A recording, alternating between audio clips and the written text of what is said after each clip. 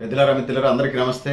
నేను గరిడేపల్లి సత్యనారాయణ, న్యూ లక్ష్య ఆర్గనైజేషన్. నేను మొదటి నుంచి చెప్తూనే ఉన్నాను, దేశ భవిష్యత్తు తరగతి గదుల్లోనే తీర్చిదిద్దబడుతుందనేటువంటి నినాదానికి నేను కట్టుబడి ఉన్నానని చెప్పేసి 2015లో సుస్థిర అభివృద్ధి లక్ష్యాల పేరుతోనే 2030కి ముందుకెళ్తా ఉన్నాం. ఇది పరిస్థితి.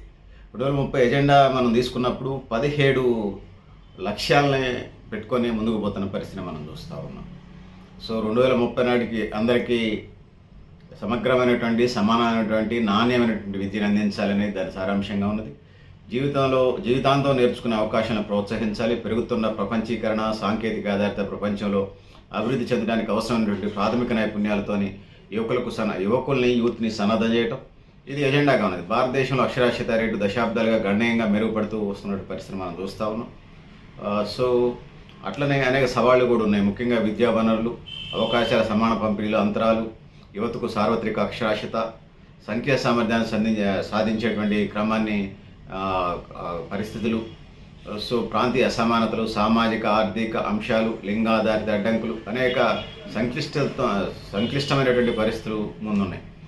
సో ఎవరు చెప్పినా ప్రపంచవ్యాప్తంగా 244 మిలియన్ మంది పిల్లలు కౌమార దశలో ఉన్నారు, పాఠశాలకు దూరంగా ఉన్నారు.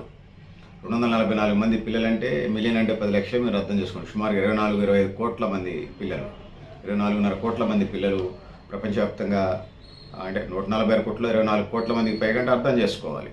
617 మంది 617 మిలియన్ చిల్డ్రన్ కౌమార దశలో ఉన్నారు, ప్రాథమిక గణితాన్ని చేయలేకపోతూ ఉన్నారు.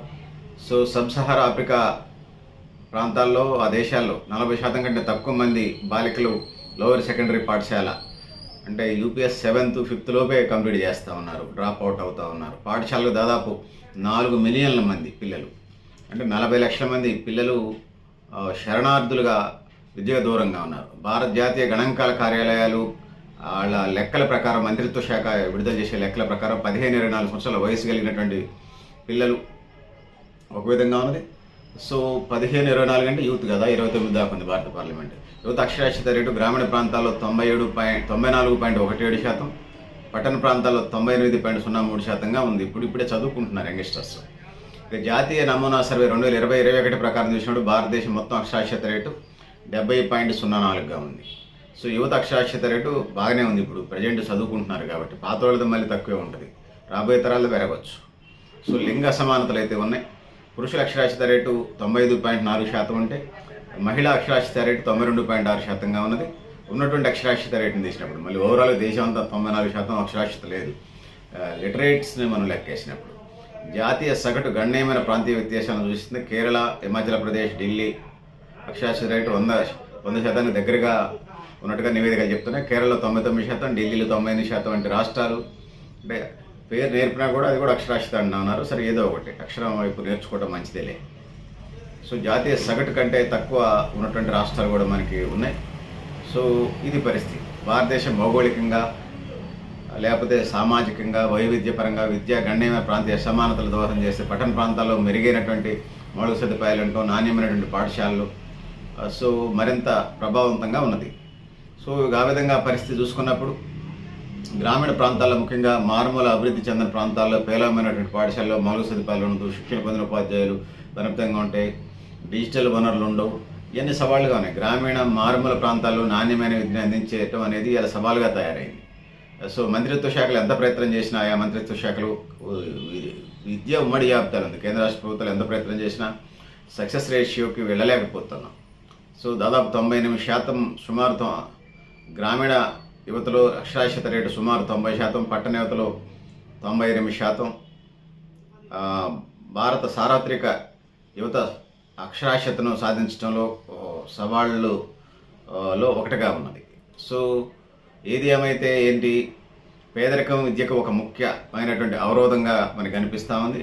అనేక కుటుంబాలు గ్రామీణ అట్టడుగు వర్గాల్లో పాఠశాల విద్యకు సంబంధించినటువంటి ఖర్చులను కూడా భరించలేకపోతూ ఉన్నారు. విద్య ఉచితంగా ఉన్నప్పటికీ యూనిఫారాలు, పుస్తకాలు, ట్రాన్స్పోర్టు, పిల్లల పాఠశాలకు పంపే పరోక్ష ఖర్చుల్ని వాళ్ళు భరించలేకపోతున్న పరిస్థితిని కూడా మనం చూస్తూ ఉన్నాం. సో సంవత్సరాల్లో, గత దశాబ్ద కాలంగా, కొన్ని దశాబ్దాలుగా ఇది మనకి అనుభవంలోకి వస్తూ ఉన్నది. సో విద్య గణనీయమైనటువంటి నిధులు 3%, 7% కాదు 30% నిధులు ఏంటి, ఆ విధంగా సర్వరోగ నివారణ పరిష్కారం అవుతుంది. సో భారతదేశంలో యువతలో అక్షరాస్యత రేటు 92% ఉండగా యువకుల్లో అది 96%గా ఉన్నది. సో నేషనల్ అక్షరాస్యత కంటే మగవాళ్ళు ఎక్కువ చదువుకున్నారు. సో ముఖ్యంగా గ్రామీణ ప్రాంతాల్లో అంగన్వాడీ సెంటర్లు డెవలప్ చేయాలి. అంగన్వాడీ సెంటర్లు అంటే ఫుడ్ సెంటర్ లాగా తయారని అక్షరాస్యత నేర్పాలి. వాళ్ళు చేపట్టే దేశంలో సగం అక్షరాస్యత నైపుణ్యాలు తగ్గిపోతున్నాయి. వాళ్ళు కోడిగుడ్లు అందరు కాదు, కొంతమంది మంచోళ్ళే ఉన్నారు. చాలామంది కోడిగుడ్లు ఎంత మిగిలిద్ది, మంచినీళ్ళు ఎంత మిగిలిద్ది, ఒడియాలో లేకపోతే వచ్చినటువంటి అమౌంట్ ఎంత మిగులుద్ది, మీటింగుల పేరుతోని మండల కేంద్రాలకి జిల్లా కేంద్రాలకు పోయిరావటాలు, ఇతర సైడ్ బిజినెస్లు, వీటికి ఎక్కువ కార్యక్రమాలు ఉన్నాయి. అంగన్వాడీ సెంటర్లు ఇంటెన్షన్ మంచిదే కావచ్చు, కానీ వాళ్ళు ఎంతవరకు చేస్తున్నారు అనేది ఇలా ప్రశ్నార్థకంగా ఉన్నది. ముఖ్యంగా వాళ్ళ కర్తవ్యాలు నిర్వర్తిస్తున్నారంటే ఇలా ప్రశ్నార్థకంగా ఉన్నది. సో దేశవ్యాప్తంగా ఇట్లాంటి పరిస్థితులు ఉన్నాయి. నేను తెలంగాణ, ఆంధ్రప్రదేశ్ అని చెప్పిన దేశవ్యాప్తంగా 9 రాష్ట్రాల్లో 9 కేంద్రపాలిత ప్రాంతాల్లో ఇట్లాంటి పరిస్థితులు ఉన్నాయి.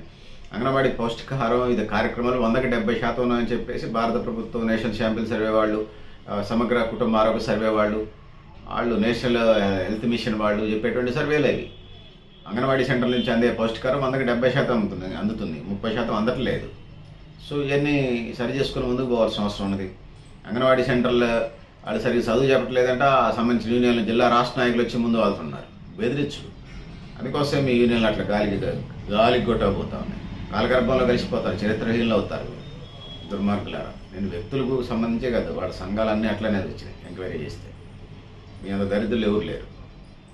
సో అది కోసం జీతాలు తీసుకునేటప్పుడు పిల్లలకి న్యాయం చేయాల్సినటువంటి అవసరం అది. సో ఆ విధంగా ముందుకు పోవాల్సిన అవసరం తెలియజేసుకుంటూ పెద్దలరా మిత్రులారా, మీరు కూడా మీ అభిప్రాయం కామెంట్ బాక్స్ రాయడం తెలియజేస్తూ నేను గరిడేపల్లి సత్యనారాయణ, మీ లక్ష్యాలు.